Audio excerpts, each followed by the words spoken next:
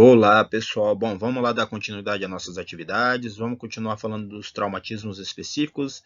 O tema de hoje é trauma de face. Bom, e os nossos objetivos não podem ser diferentes, né? Temos que, através de capacitações, adquirir habilidades e conhecimentos para identificar sinais e sintomas, saber tratar de forma adequada cada tipo de lesão em específico e reconhecer as formas de estabilizações e transporte seguro e adequado para essa vítima. Bom, vamos lá, gente. Vamos iniciar falando aí das fraturas severas em face, então as gravidades dessas fraturas, né, com acometimento neurológico, com suspeita para acometimento neurológico, né? E aí nós temos que pensar em sinais e sintomas e as causas principais. Então, pensar em cinemática, a lesão em si, né? E os acometimentos não somente em estrutura óssea, tá bom? Então, as causas mais comuns, as principais são acidentes domésticos, acidentes automobilísticos, as quedas, as agressões, acidentes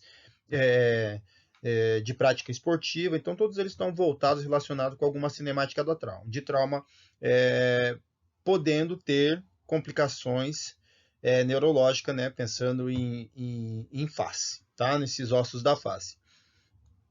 E aí, pensando em trauma, o que a gente consegue determinar em questão de gravidades, né? O que já é muito discutido que os traumas eles causam muitas mortes no nosso país. Então, o Brasil tem como a terceira causa, maior causa de óbito no nosso país, os acidentes relacionados às lesões traumáticas, né? E aí, pensando em lesões traumáticas, 10% dessas lesões estão voltadas para traumas de face, com agravamento e acometimento do sistema neurológico, tá? E aí eu tenho que saber identificar sinais e sintomas, né? De gravidades desses casos, né? Que nós já discutimos isso no trauma crânioencefálico. Então, não importa, quando eu falo em trauma nessa região de cabeça e face, eu sempre penso que pode ter algum comprometimento que traga mais risco para a vítima, né? Se tiver uma gravidade aí que acometa o sistema neurológico, tá? Então, esses exames aqui, essas imagens, né? Eu não consigo detectar isso a olho nu, né? Então, onde tem a concussão, onde tem o sangramento, onde tem essas fragmentações ósseas. Isso eu consigo ver através de exame de imagem. Mas eu consigo identificar sinais e sintomas que podem me direcionar para essas gravidades ou para a suspeita dessas gravidades, né? Então, na fratura de base de crânio ou na fratura de ossos da face, eu consigo ver alguns sinais, né, que estão voltados para alguns extravasamentos de líquidos, né, ou de sangramentos nasais ou, ou de ouvido, né, que é a nossa otorragia ou rinorragia, ou as perdas de líquor, né, por essas cavidades, tá bom? Sem contar os sinais de equimose, né, periorbital, e outros, tá? Que a gente já discutiu aí anteriormente. Bom, e aí pensando em público-alvo, né?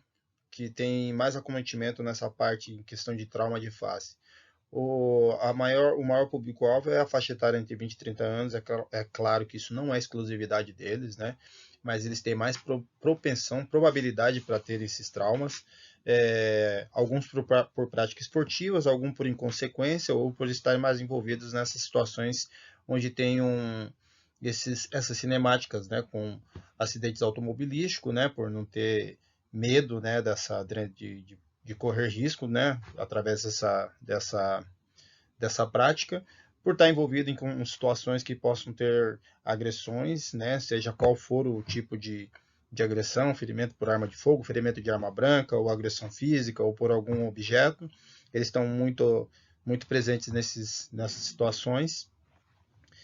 E aí, dependendo do mecanismo de trauma, né, que essa vítima sofra, ele pode ter lesões leves, né? Então, ele pode ter ferimentos e lesões leves, superficiais, né? Então, aqui em evidência, como eles podem ter as lesões que estão ocultas, né? Que são mais graves, mais sérias, né? Essas lesões em face, lesões em maxilar, lesões em maxilar, em mandíbula, né?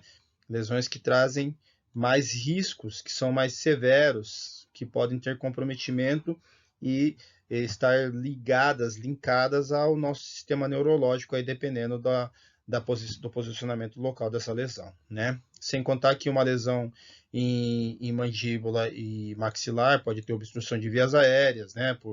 Por ceder esse osso importante e pesado, né? Da nossa face. Então, eles podem estar associados dessas formas, né? Então, as leves, né? Tem lesões de tecido moles e dentes, né? Pode ser uma simples fratura dentária, até uma avulsão completa, tá bom?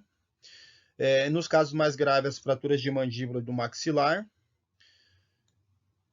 E aí eu tenho que saber identificar os sinais e sintomas, né? Nessas pessoas com fratura de face, aí suspeita de fratura de face, seja ela com alguma gravidade, né? Lesões extensas e graves, evidentes, ou com alguma lesão leve, suspeita, mas que requer tratamento, que requer reconhecimento de sinais e sintomas e tratamento para essa vítima, né?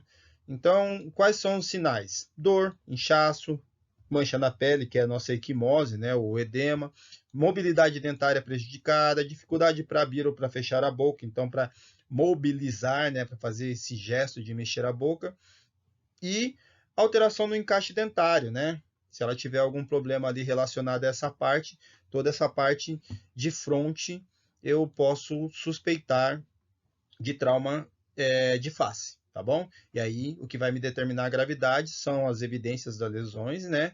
E o extravasamento ou algumas lesões que me direcionem para algum acometimento mais grave da parte neurológica, como dito anteriormente. Bom, aqui eu tenho mais exemplos de casos mais graves, né? São as fraturas aí bem evidentes, que estão direcionadas, né? Mandíbula, maxilar. Então, a minha mandíbula, né? O ângulo da minha mandíbula aqui, o meu maxilar, nariz, né? Os ossos do nariz, osso zigomático, os periorbital, né? Eu já consigo suspeitar aí essa vítima, uma vítima que me traz suspeitas, né, que me direciona para um provável trauma de crânio aí, com alguma lesão de comprometimento neurológico, tá bom? Então, tem algumas evidências que me direcionam para os casos mais graves aí do nossa vítima com suspeita de trauma de face, tá? Esses ferimentos direto na face, com queixa de dor e presença de edema, com sangramentos evidentes ou com uma suspeita de perda de líquido cefalorraquidiano, né? Lembra lá do nosso líquor, tá bom? Hematomas, equimoses, alterações visuais e até alterações na abertura da boca. Então, essas situações me traz mais preocupações, né? E cuidados para tratamento dessa vítima, tá bom? São vítimas consideradas graves, tá bom? Todas vítimas graves. Mais alguns sinais evidentes, então afundamento, tá bom, de fronte.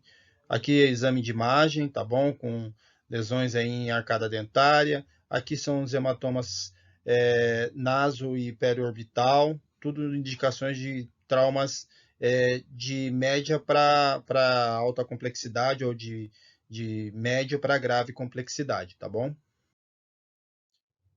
Bom, gente, então nós chegamos ao fim dessa aula e para tratarmos essa vítima de trauma de face, seja ela leve, moderada ou grave, pode até parecer repetitivo, mas nós temos que usar o atendimento inicial voltado para o protocolo de trauma para as vítimas com suspeita de trauma, né? Que é o meu ABCDE, é o meu sistema mnemônico de atendimento. É um sistema, é uma padronização de atendimento.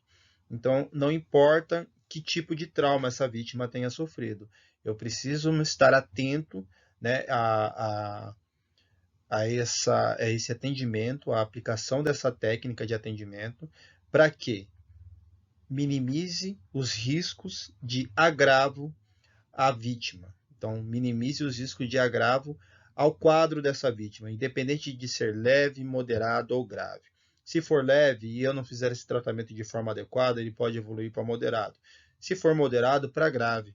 e se for para grave e não for tratado de forma adequada, pode evoluir para óbito. Então, eu tenho que usar esse sistema que é o meu ABCDE, que são as vias aéreas com proteção da minha coluna cervical, eu tenho que fazer a avaliação da minha parte respiratória e ventilatória, eu tenho que fazer o controle da minha circulação e controle de hemorragias, eu tenho que avaliar o estado neurológico, principalmente voltado para esses traumas em face e crânio. Eu tenho que pensar na exposição dessa vítima e pensar, independente de faixa etária, que eu tenho que fazer essa exposição, pensar em questão de pudor e também tem que proteger e prevenir a hipotermia dessa vítima. Então, esse atendimento inicial ele vai entrar sempre em todos os atendimentos de trauma, não importa qual a gravidade, e ele entra para nos auxiliar, para nos direcionar até que ponto a gente tem que investir nessa vítima, né, para estabilizar esse quadro onde tem algum agravamento num desses sistemas, tá bom? Então, hoje, agora estou encerrando essa aula voltada para trauma de face. Eu espero que tenha sido explicativa, tá bom? De novo, não vou passar para vocês nenhuma atividade para fazer online, somente a explicação da aula mesmo. Vocês fazem as suas anotações. Quando nós tivermos os nossos encontros presenciais, a gente vai discutir novamente esses temas para estar esclarecendo dúvidas aí do pessoal. No demais, podem colocar no grupo, né, como foi combinado anteriormente. Não importa qual seja o dia da semana, tá bom? E aí, dependendo da minha disponibilidade, eu respondo a todos, tá? Tenham um excelente final de semana. Bom, gente, então aqui agora para encerrar mesmo esse assunto, esse slide aí, o último slide, vem para, né, reforçar o que eu sempre digo para vocês, que é o básico que faz a diferença, tá, gente? Então é o primeiro atendimento que faz a diferença, é aquela pecinha que está ali do lado da vítima, que presenciou e que tem algum conhecimento, o mínimo de conhecimento, para saber identificar e tratar essa vítima, para que minimize os riscos de agravamento dessa vítima, né, para depois essa equipe especializada vir prestar dar continuidade nesse atendimento prestado. Então, o que vocês estão adquirindo aqui, por mais que seja desta forma em ambiente virtual, é um pouquinho de conhecimento, tá? Porque, repetindo também o que eu gosto de falar sempre, a gente treina o que a gente sabe fazer. Vocês sabem fazer, tá bom? Vocês já aprenderam a fazer, por isso que o ABCDE é repetitivo para vocês. Então, por mais que a gente não esteja participando em sala de aula, que não esteja interagindo presencialmente, continuem praticando em casa, tá bom? É isso que vai fazer vocês se tornarem pessoas ainda mais diferentes das demais, com esse pouquinho de conhecimento, tá? Tenham um bom final de semana e fiquem todos com Deus.